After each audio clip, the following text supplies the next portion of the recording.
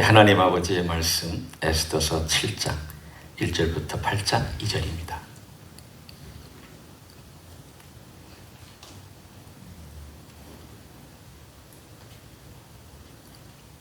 에스더서 7장 1절부터 8장 2절까지의 말씀 제가 읽습니다. 왕이 하만과 함께 또 왕후 에스더의 잔치에 가니라.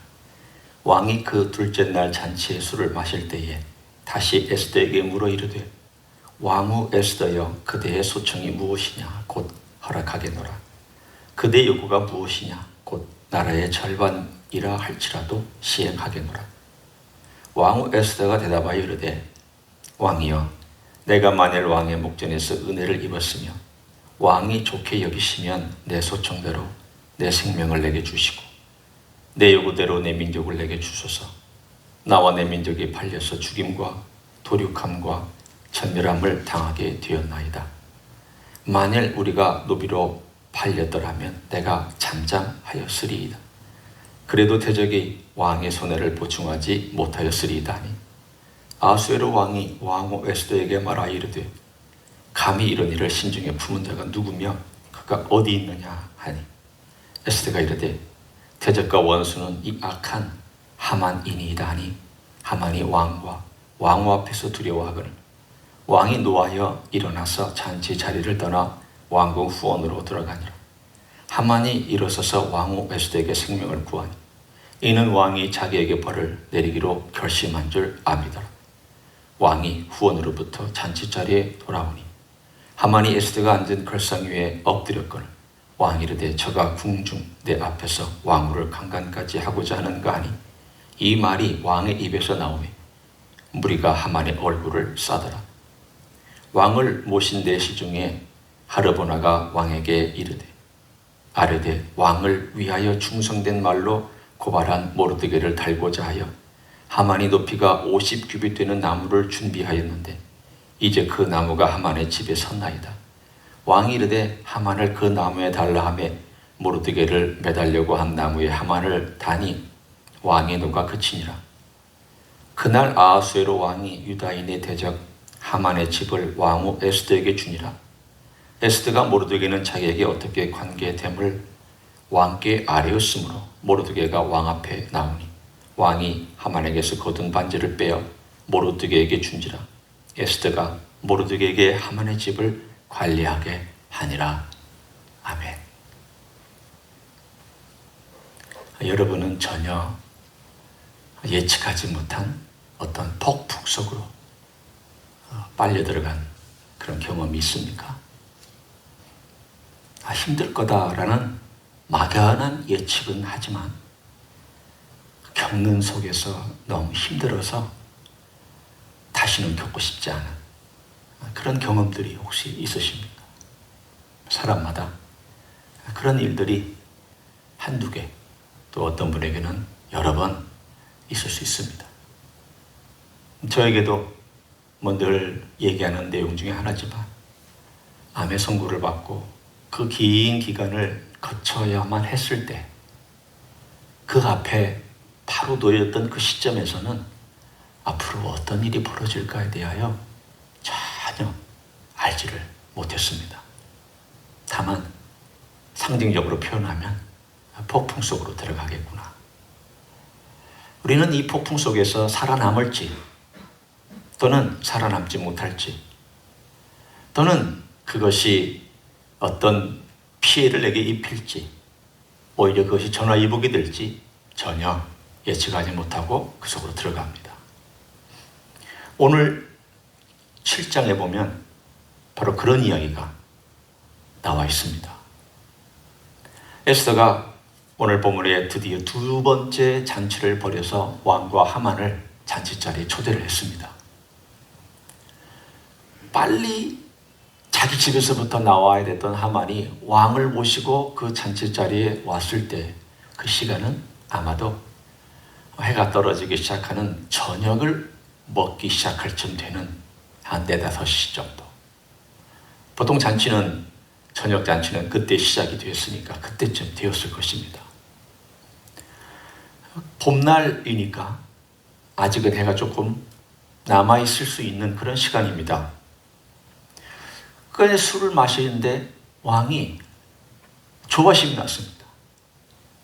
아니, 처음에 나를 찾아왔을 때도 말하지 않았고, 그 다음에 첫째 날 잔치에 오라고 해서 왔는데 그때도 말하지 않았고, 소청이 뭐냐라고 물어봤을 때 첫 번째 물어본 것과 두 번째 물어본 것에 대해서 대답하지 않았습니다. 소청에 관한 거라면 바로 오늘 우리가 읽은 이 장면은 세 번째에 해당이 됩니다. 잔치는 두 번째지만 소청은 세 번째. 뭐냐? 도대체 무슨 소청이 있길래 나를 이렇게 하느냐라고 묻습니다. 그러자 오늘 3절에 보면, 그리고 4절에 보면 드디어 단도직입적으로 이렇게 소청을 얘기를 합니다. 아마 여러분이 이 소청을 읽으면 앞부분은 좀 이해하겠는데 뒷부분은 좀 이해하기 힘듭니다. 무슨 뜻입니까? 라고 하는 내용이 등장합니다. 앞부분은 이런 뜻이죠. 내 생명을 내게 주십시오. 그리고 내 민족도 내게 주십시오. 이것은 관용적인 표현입니다. 바꿔 얘기하면 이런 뜻입니다. 내 생명을 살려주십시오. 내 민족도 살려주십시오. 구원해 주십시오. 그런 관용적인 표현입니다. 그리고 나서 설명을 붙입니다. 내 민족이 팔려서 죽임과 도륙함과 진멸함을 당하게 되었나이다. 충분히 자기 입장과 자기 민족의 입장을 설명해 주었습니다. 그리고 나서 그 뒷부분에는 어떻게 표현하고 있는지 보십시오. 만일 우리가 노비로 팔렸더라면 내가 잠잠하였으리이다. 왕의 입장에서 얘기해 주는 겁니다. 우리가 노비로 팔렸더라면 왕에게 그렇게 큰 손해가 되지 않았을 겁니다. 왜냐하면 노비로 팔리면 왕의 금고에 돈이 들어올 것이며 그렇게 크게 왕이 많이 손해보지 아니할 그런 일이기 때문입니다. 차라리 저는 그때가 됐다면 잠잠했을 겁니다. 그리고 나서 뭐라고 얘기하면 그래도 대적이 왕의 손해를 보충하지 못하였으리이다. 이 말은 노비로 팔렸다는 얘기가 아니라 우리가 진멸당하고 난 다음에, 우리가 없어진 다음에 그 왕이 받을 손해는 너무 커서 누구도 왕의 손해를 메꾸지 못할 것입니다. 라고 얘기하고 있습니다. 이 말은 왕의 입장에서 왕이 행한 지난번에 이 공포하고 선언했던 하루 동안의 유다 민족을 죽이고 그 재산을 빼앗기도 좋다라고 하는 그 일이 어떤 결과를 가져올지에 대하여 왕의 입장에서 얘기를 해 주었습니다. 지혜로운 접근이었습니다. 단순히 날 살려주십시오. 그렇게 얘기했더라면 어쩌면 네가 뭔데 이렇게 나올 수도 있는 그런 상황에서 왕의 입장에서 왕이 어떤 손해가 있으며 왕의 나라에 어떤 큰 문제가 일어날 수 있으며 왕이 어떤 통치의 어려움이 있는가에 대하여 그렇게 입장을 얘기를 합니다. 그랬더니 왕이 그 말을 다 알아들었습니다. 감히 누가 왕후와 왕후의 민족을 해치려고 하느냐. 그랬더니 오늘 6절에 에스더가 단도직입적으로 지적하여 이 악한 하만이 그 일을 행하려고 하였다라고 말씀합니다. 그러자 오늘 왕이 노하여서 후원으로 잠깐 나갔습니다. 왜 후원으로 나갔을까요? 아하수에로 왕이 아마도 분노를 좀 가라앉히기 위해서 뜰로 나갈 수 있습니다. 또 하나의 이유는 왕은 자기에게 조언을 해주는 신하의 말에 의해서 항상 결정하는 특징을 가졌던 왕이었습니다. 그런데 거기는 내시하고 자기를 보호하는 왕궁의 군사들밖에 없습니다. 대신들이 아직 나오지 않습니다.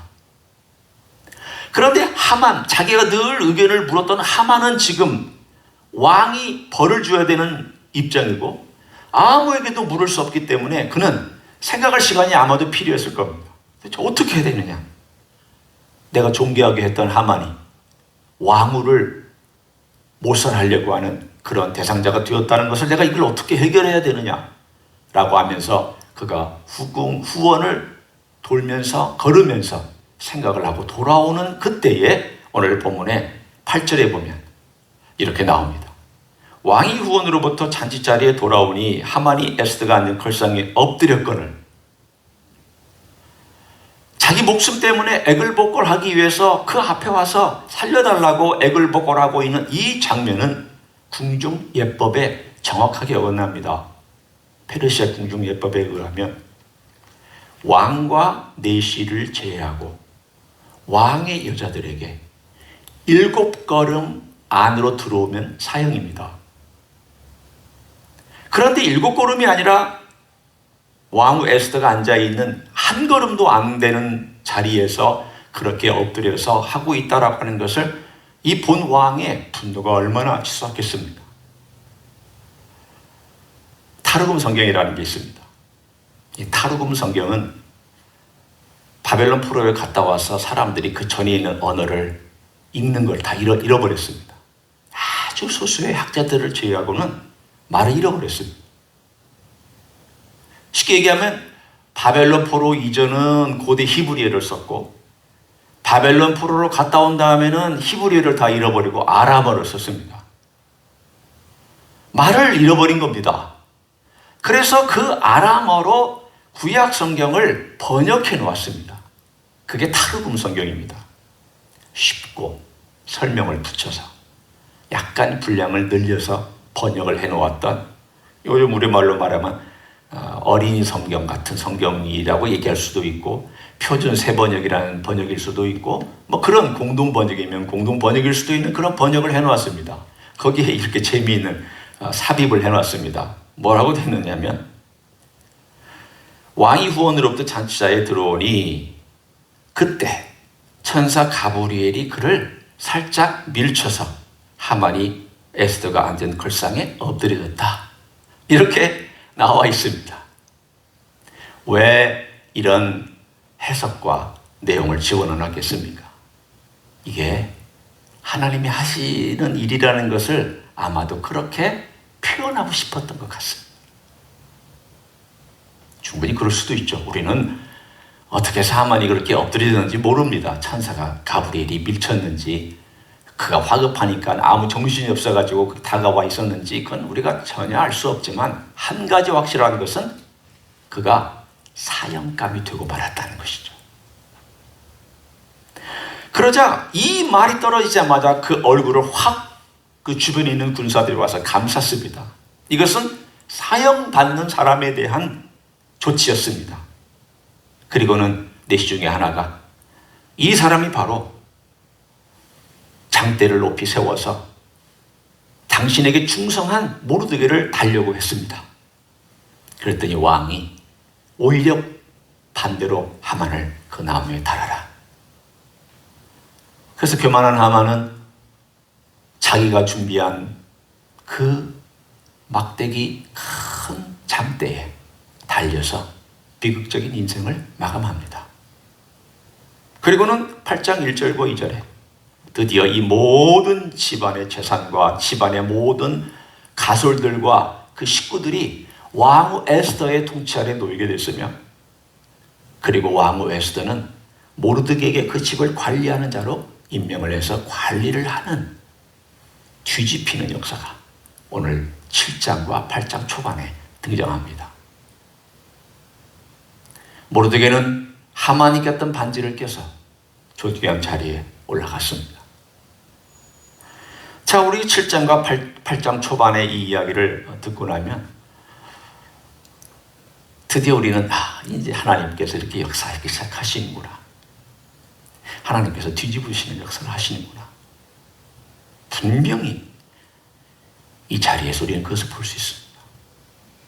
그렇다면 도대체 무엇을 가르치기 위해서 그런 것일까? 첫째, 연출가 되시는 하나님을 생각해 봅니다. 연출가 되시는 하나님께서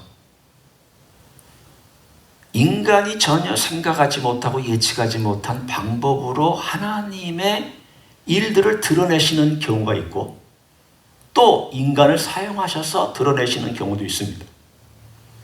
첫 번째는 전혀 계획을 세우지 않는 것입니다. 모르드게도 에스더도 하만도 어떤 의미에서 보면은 하나님이 원하는 목적에 대해서 전혀 생각하지도 못했고 계획을 세우지 못했던 일들입니다. 우리가 이미 봤던 것처럼 에스더가 잔치를 하루 연장을 했던 그 미루는 사이에 왕이 잠을 자지 못하고 왕의 일기를 쭉 들으면서 일어났던 일은 에스더도 계획한 일이 아닙니다. 모르드게도 계획한 일이 아닙니다. 하만도 계획한 일이 아닙니다. 이건 전적으로 하나님께서 개입하신 일입니다. 연출가 되신 하나님께서 전격적으로 하나님의 방법으로 그 시간에 개입하셔서 역사한 일입니다. 그러나 연출가 하나님께서는 어떤 때에는 거기에 나오는 주인공들을 활용하십니다.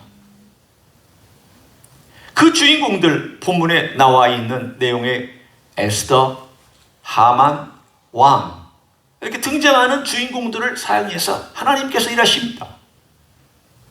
오늘 본문에 에스더가 계획을 세웠습니다. 내가 이튿날 두 번째 날에는 왕에게 이렇게 말을 하리라. 얼마나 수만 번 입술로 연습했겠습니까? 얼마나 그 속으로 그 장면을 연출해 보았겠습니까? 얼마나 상상하며 계획을 세우며 내가 떨지 아니하고 왕에게 정확하게 말하리라 얘기하면서 하나님께 부탁하고 하나님께 기도하고 하나님께 맡기면서 그 자리에 나아갔겠습니까?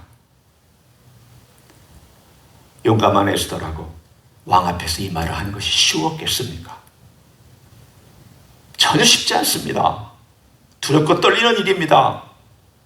만일 잘못 말하면 그 모든 것들을 자기가 뒤집어 써야 됩니다. 가장 총애받고 있는 하만 앞에서 왕후가 잘못하면 꺾일 수도 있는 그 폭풍 속으로 들어가는 과정 속에 그는 하나님께 맡겼고, 하나님은 모든 연출들을 어떨 때는 인간의 도움 없이도 하나님께서 행하셨고, 어떤 때는 인간과 함께 협력하면서 그 연출을 만들어내셨습니다. 에스더가 걸어가는 과정의 발걸음 속에서 에스더가 계획하고 생각하고 기도했던 내용들을 하나님께서 인도해 가시면서 작정하셨습니다. 하만을 퇴출시키는 연출의 장면을 오늘 우리는 7장에서 보고 있습니다. 하나님이 어떤 모습을 보여주고 있습니까? 하나님은 반드시 악함에 대하여, 악에 대하여 대가를 지불하고 심판하신다 라는 사실을 오늘 7장을 통해서 명확하게 그 당시 유대인들이나 모든 시대에 읽은 사람들이나 우리에게 말씀해 주고 있습니다. 반드시입니다. 세상의 악에 대해서도 하나님은 반드시 심판하십니다. 동시에 하나님을 의지하고 하나님 편에 선 사람들을 반드시 하나님께서 높여주십니다. 반드시입니다. 우리가 이 땅에 살아가는 동안에 악이 횡행하고 이 세상에 왜 이렇게 억울한 일이 많고 이 세상에 왜 이렇게도 많은 것들이 이해되지 못할 일들이 많은가에 대해서 어떨 때는 참 힘들고 받아들이기 어려운 그런 때가 있습니다. 그때 우리는 다시 주님 앞에 와서 이런 고백을 합니다. 주님, 주님께서 하만을 낮추시고 하만을 멸망시키신 것처럼, 그리고 에스더를 높이시고 모르드게를 존귀하게 하신 것처럼 주께서는 반드시 이 땅에서나 혹은 이 땅이 아닌 주님의 나라에서 이 모든 것들에 대하여 대가를 지불하게끔 하시는 하나님이신 줄로 믿습니다. 이걸 가르쳐주고 있습니다. 반드시 하나님은 악과 선에 대하여 재판하시고 심판하시고 평가하시고 그에 합당한 대로 행하신다. 두 번째는 하나님께서 이 거대한 우주의 연출가요, 또 이 페르시아 제국에 일어났던 이 사건의 연출가요, 지금 우리 인생과 이 미국 땅에 있는 연출가시요, 내 인생의 개인의 조그마한 인생의 드라마 속에서의 연출가 하나님입니다. 그 하나님께서 쓰이는 주인공들이 다 다른데 오늘 우리는 몰락한 하만에 대하여 생각해 보기를 원합니다.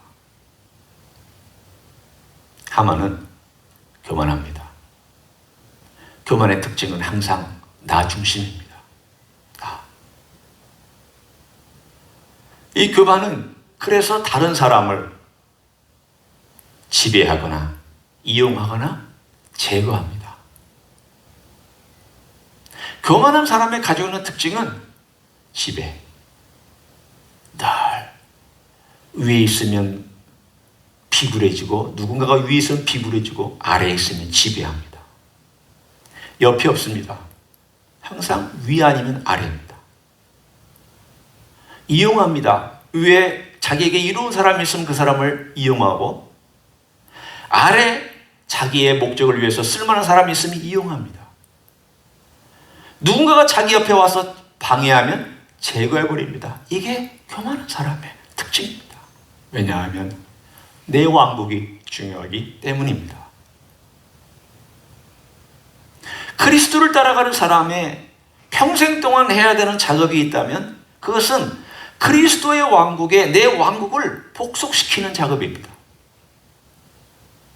그래서 그 왕국 앞에 내 보좌와 내 지위와 내 특권과 내 모든 것들을 내려놓는 그 작업들을 해나가는 것이 그리스도인의 평생의 작업입니다. 내가 과거에 가지고 있었던 어떤 상처도 내놓는 것이 주님의 앞에 주님의 나라에 내 나라를 복속시키는 과정이고 내가 소중하게 여겼던 어떤 것들도 주님의 나라 앞에 복속시키는 것이 그 과정입니다. 내가 정말 욕망하고 내가 정말 갖고 있었던 것도 복속시켜야 되고 내 변하지 않는 삶 가운데서 고집스럽고 또 정말 하나님 아버지 앞에 지배를 받지 않는 것도 주님 앞에 복속시키는 것이 그게 바로 예수 그리스도를 따라가는 삶의 모습입니다.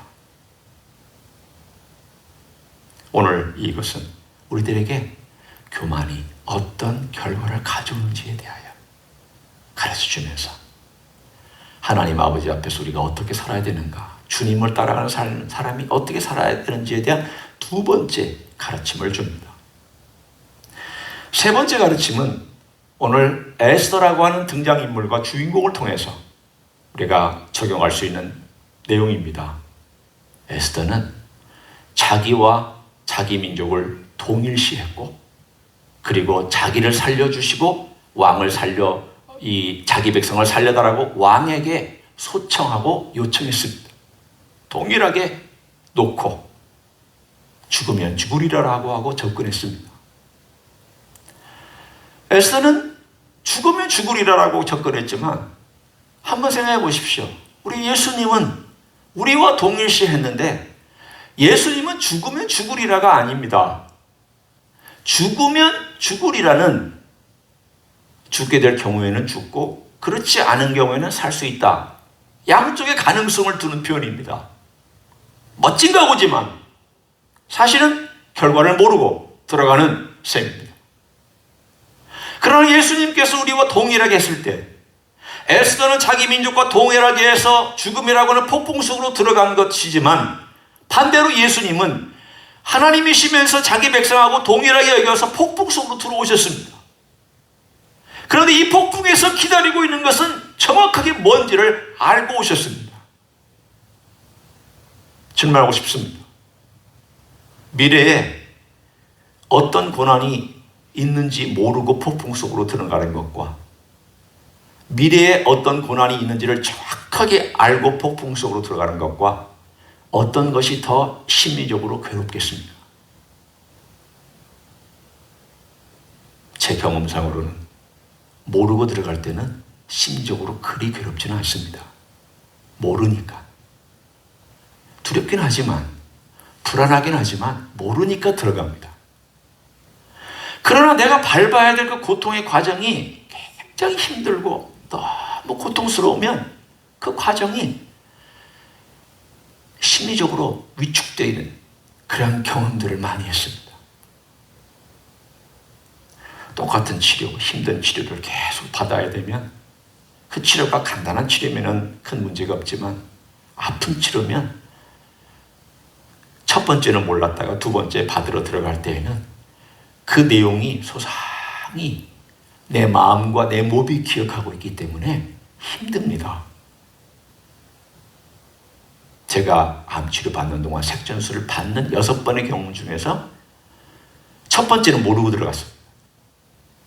두 번째, 세 번째, 네 번째, 다섯 번째, 여섯 번째는 아니까 그 자리에 딱 들어가면 이걸 또 똑같이 반복해야 되는구나. 힘들었습니다. 심리적으로 힘들었습니다. 예수님, 감히 제가 우리 예수님에게 이 경험을 적용하고 싶습니다. 예수님이 아셨습니다. 어떤 일이 일어날 줄 아셨습니다. 충분히 아실 수 있는 분입니다. 그것이 얼마나 고통스럽고 죄의 대가라는 것이 얼마나 참혹하고 죽어야 된다는 것, 그 죽음조차도 참혹하게 죽어야 되는 그 과정이 얼마나 비참한 것인지에 대하여 아셨습니다. 이미 아셨습니다. 그래서 피하기를 심리적으로 원하셨습니다. 죄인과 동일하게 되셔서 이 땅에 오신 주님은 죽으면 죽으리라 아니라 죽으리라 하고 오셨습니다. 내가 죽으리라 하고 오셨기 때문에 이 땅에 오셔서 우리와 동일하게 죄인 된 자리에서 죄인과 함께 하셨고, 그리고 순환의 기간 동안에는 예루살렘에 올라오셔서 자기 죽음을 하나씩 하나씩 준비하셨습니다. 그리고 겟세마네 동산에서 마지막 갈등의 그 클라이막스를 경험하고 우리 주님은 묵묵하게 어린 양처럼 십자가를 지고 예수님께서 원래 가셔야 됐던 죽으리라고 하는 길을 가셨습니다. 동일하게 된다는 것은 쉬운 일이 아닙니다. 오늘 우리는 이제 우리의 차례가 되었습니다. 주님께서 오늘이 종려주일이기 때문에 십자가에서 달리시기 위해서 예루살렘에 올라오셔서 입성한 그 날, 주님은 주인과 함께 동일하게 되셔서 이 땅에서 마지막 사역을 하시고 이제 마지막 십자가의 고난을 겪으셔야 되는 그 주간이 한 주 남았습니다. 우리는 주님과 어떻게 동일시하며 살아갈 수 있을까? 우리가 한 주 동안 조금이라도 주님의 고난을 알고 동일시하고 이해할 수 있는 무언가 결심을 하면서 우리가 살기를 원합니다. 그것이 금식이든, 그것이 특별 새벽기도를 참석하는 것이든, 내가 즐거워하는 것을 잠시 끊는 것이든, 뭐든지 간에 우리 주님께서 이 땅에 오셔서 나와 동일하게 사셨던 그 삶의 고난에 동참하면서 주님의 고난이 내 삶 속에서 조금이라도 이루어지는 그러한 놀라운 한 주간이 되기를 예수님의 이름으로 간절히 축원합니다. 기도하겠습니다. 이 시간 우리가 함께 통성으로 같이 기도하기를 원합니다. 에스더의 이야기는 사뭇 승리한 이야기요 멋진 결말의 이야기지만, 그러나 그 가운데에는 폭풍 속으로 들어간 위험한 모험도 들어있었던 이야기입니다. 예수님은 그 폭풍 속으로 들어갔던 그 결과가 죽음이라는 것이 될 줄도 아셨고, 그 후에는 부활이라는 것도 또한 올 것을 알고 계셨습니다. 그러나 그 과정이 너무 참혹했기 때문에 우리 예수님도 갈등이 있으셨습니다. 동일하게 된다는 것은 그런 위험이 있습니다. 우리도 주님과 동일하게 산다는 것은 위험과 어려움이 따릅니다. 그러나 그렇게 할 만한 가치가 있기 때문에 우리는 그렇게 할 수 있고 해야 하고, 또한 주님 우리를 도와주실 것입니다. 그런 삶을 살기를 소원한다고 이 시간 다 같이 통성으로 기도하시겠습니다. 하나님 아버지, 오늘도 주님 드리러 왔습니다. 주님께서 이 땅에 오셔서 우리와 함께 동일한 죄인이 되어주시고, 우리도 우리 하나님의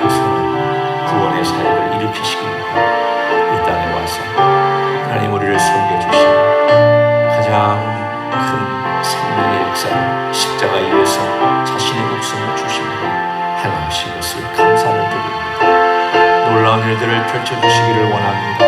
기적의 일들을 펼쳐주시기를 원합니다. 우리 주님, 우리를 불쌍히 여기시고 주님과 함께 동일시는 삶을 살아갈 수 있도록 축복해 주시기를 원합니다. 주님, 지신 십자가 우리가 어찌 알겠습니까? 그러나 우리의 삶 속에서 고난의 주님을 생각하고 우리의 삶 속에서 우리를 위하여 돌아가시고 우리를 위하여 부활하시는 주님의 아픔 속에 주님의 영광 속에 우리가 아픔 참을 수 있는 그러한 삶이 되기를 간절히 간구를 드립니다. 주님이 오늘 하여 주시고 주님의 놀라운 일들이 우리 가운데 생기지 이해되어질 수 있도록 은혜를 더하여 주시옵소서. 주여, 간절히 간구합니다. 놀라운 일이신 주님을 찬양합니다. 경배합니다. 주님, 이 땅에 오시면서 놀라운 주님의 자비와 긍휼 오늘도 높여드립니다. 하나님 아버지, 한 주간 동안 놓치게 우리의 새벽 기도가 우리가 주님께 드리신 복이 되게 하여 주시옵소서. 감사드립니다.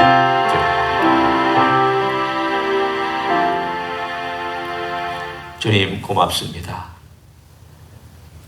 주님은 주인공 한 사람 한 사람을 사용하셔서 주의 뜻을 이루십니다.